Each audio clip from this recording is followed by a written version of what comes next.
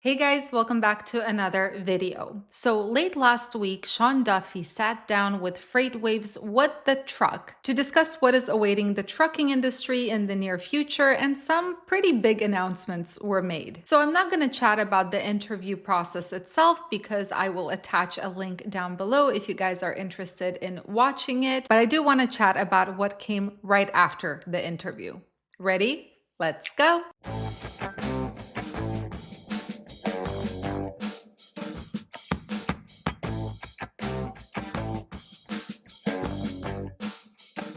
So on Friday, June 27th, Sean Duffy unveiled a package of new initiatives, pilot programs, and deregulatory updates designed to improve the life of truckers in our industry. So let's go through them. Number one, expand truck parking in order to improve safety. Finally, the US DOT agreed publicly that the lack of truck parking is a very big safety issue for truck drivers. And in order to correct the issue, they are doing two things. Number one, they are investing in truck parking. Now, according to the Supporting America's Truck Drivers Package, which is what that document is called, I quote, US DOT is advancing more than $275 million in grant funding to expand truck parking availability.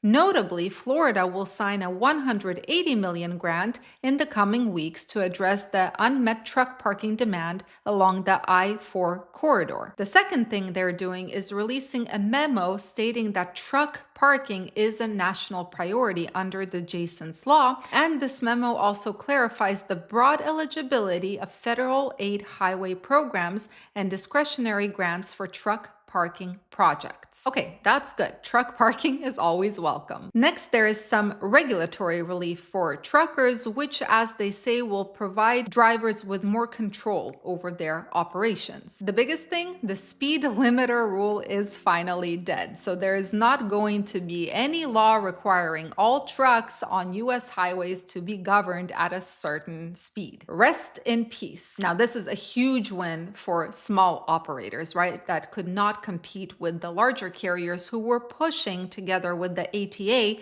for these speed limiters. For owner operators and small carriers, this was a disaster. So yay, a big win for smaller carriers. Next, they want to end burdensome regulations that generated over 25,000 unnecessary violations in 2024, according to the FMCSA. Now, they don't explicitly detail what regulations they want to remove, but they do say that about 1,800 words will be eliminated from federal regulations. I don't know how to measure that. I hope that is a good thing. All right, number three, and this is a big one for those who were worried because there was a rumor going around that the ELD exemption is going away. It is not. It is here to stay, and there continues to be no mandate for ELDs for pre-2000 trucks. The next one is pretty significant, and I'm going to quote this one.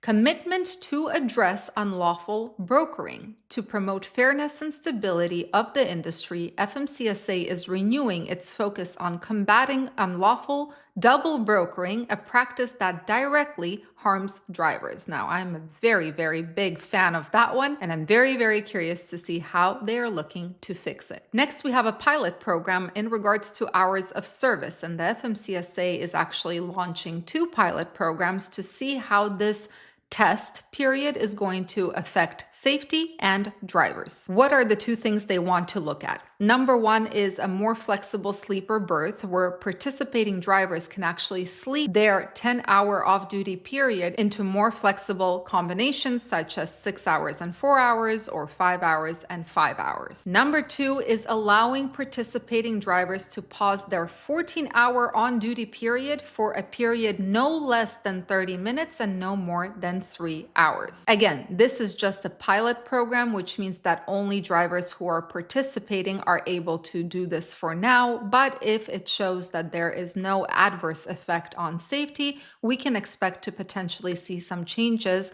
made to hours of service regulations that are going to affect everybody else. And finally, this is the one that I'm like about.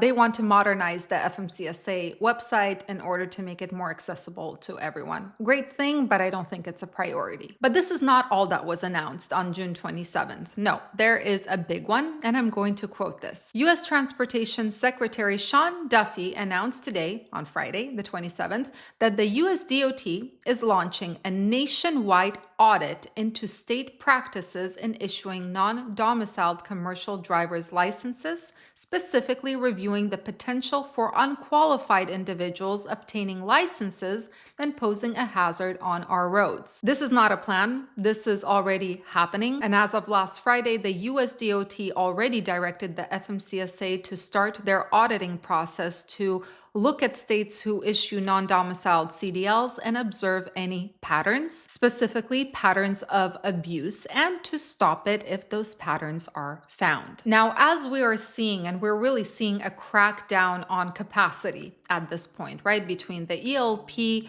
order to the fact that they're looking at non-domiciled CDLs right now.